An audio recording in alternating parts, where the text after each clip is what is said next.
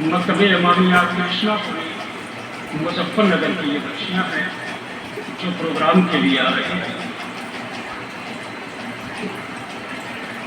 خدیجہ صادق، تقریر پڑوسیوں کے حقوق۔ مکتب امامیہ کرشنا پوری خدیجہ صادق تقریر کے لیے عنوان ہے پڑوسیوں کے حقوق۔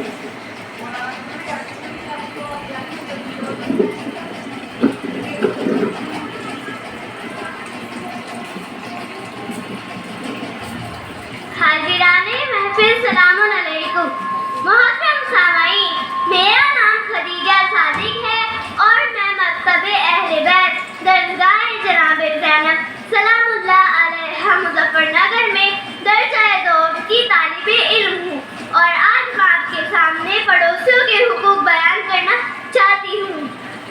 اعوذ باللہ من الشیطان الرجیم، بسم اللہ الرحمن الرحیم، الحمد للہ رب العالمین، الصلاة والسلام علی سیدنا و نبینا و مولانا بالقاسم محمد۔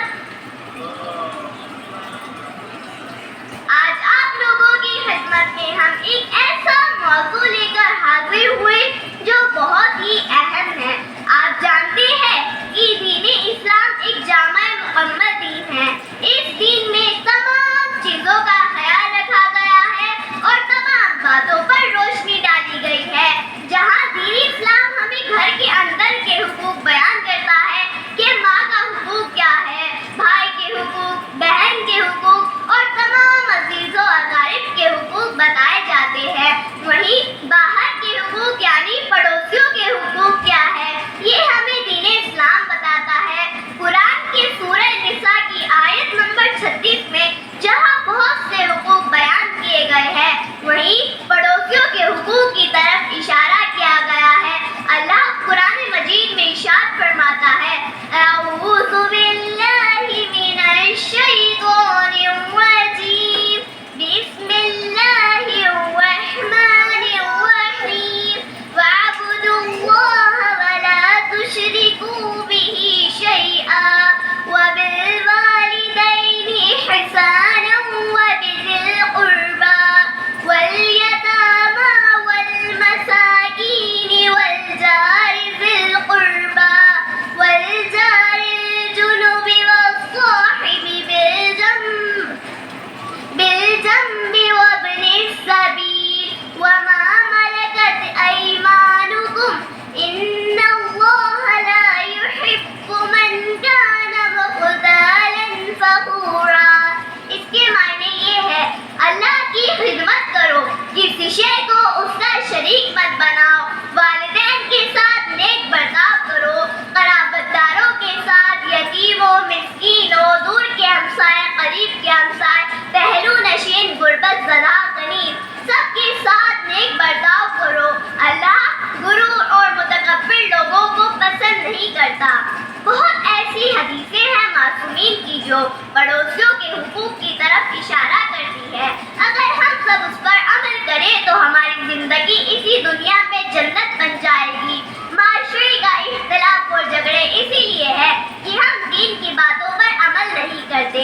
آپ نے غور کیا ہوگا اور دیکھا ہوگا ہمارے زیادہ تر جھگڑے ہمارے پڑوسیوں سے ہی ہوتے ہیں۔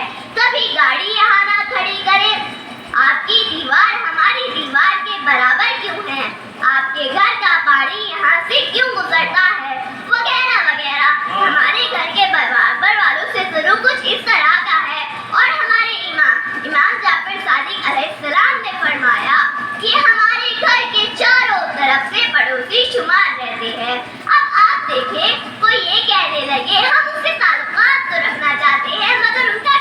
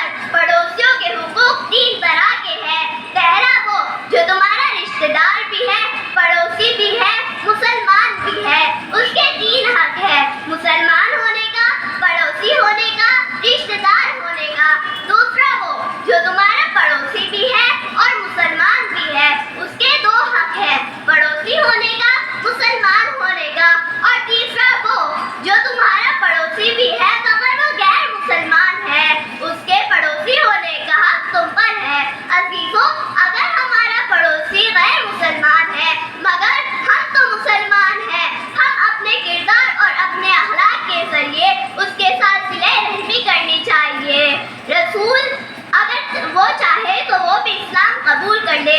رسول اللہ نے کردار کے ذریعے پوری دنیا میں اسلام پھیلایا۔ یہی وجہ ہے کہ چاہے وہ غیر مسلمان ہو یا مسلمان ہو، رسول اللہ کا نام عزت کے ساتھ لیا جاتا ہے۔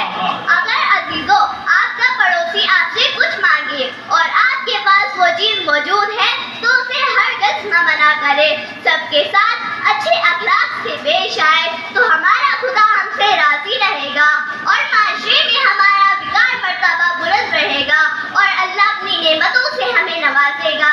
بس یہی چھوٹا سا ہمارا پیغام تھا۔ خدا ہماری چھوٹی سی عبادت کو درجہ قبولیت عطا فرمائے۔ آپ سبھی کا شکریہ۔ ربنا تقبلنا انک سمیع علیم۔ ماشاء اللہ جزاک اللہ۔ لو بیٹا انعام لے لو۔ یہ دیکھو مومنین کی طرف سے بہت اچھی تقریر کی ہے، بہت خوبصورت تقریر، لہٰذا مومنین کی طرف سے یہ انعامات ہیں آپ کے لیے۔ واقعاً مکتب امامیہ کرشنا نگر مظفر نگر کی یہ بچی تھی جو فائدہ عزاداری کا ہے، جو فائدہ حسین کی کربلا کا ہے، وہی فائدہ اس کانفرنس کا ہے۔ ان کا بھی مقصد یہی ہے تمہارے جوان بیدار ہو جائیں، تمہاری لڑکیاں بیدار ہو جائیں، تمہاری نسل بیدار ہو جائے۔ اب آپ یہ بتائیے اس بچی کا نام کیا تھا جو ابھی تقریر کر کے گئی؟ کیا نام؟ وہ بتانے والی چلے صلوات محمد اور آل محمد۔ دیکھیے مجھے تو نہیں پتا کہ آپ اس بچی سے کتنا متاثر ہوئے، لیکن میں اپنی بتاتا ہوں، میں تو بے حد متاثر ہوا۔ اور آپ اس کانفرنس کے سارے فائدوں کو چھوڑ دیجئے، اس بچی نے جو یہ تقریر یاد کی ہے،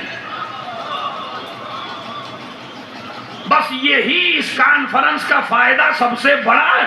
اس لیے کہ ضروری، ارے جناب کتنوں کو آپ نے راستے پہ لگایا۔ آج کے مسلمان کی نظر میں اگر اس مسلمان کو ہم جج بنا دیں اور جج بنا کے کہیں جناب نو کو نمبر 2 کتنے دو گے، تو میرے خیال میں ہم جتنے بھی اسٹیج پہ بیٹھے اور آپ بیٹھے جناب نو کو 0 دیں گے۔ 950 سال کی عمر میں 2 آدمی سیدھے کیے ہیں۔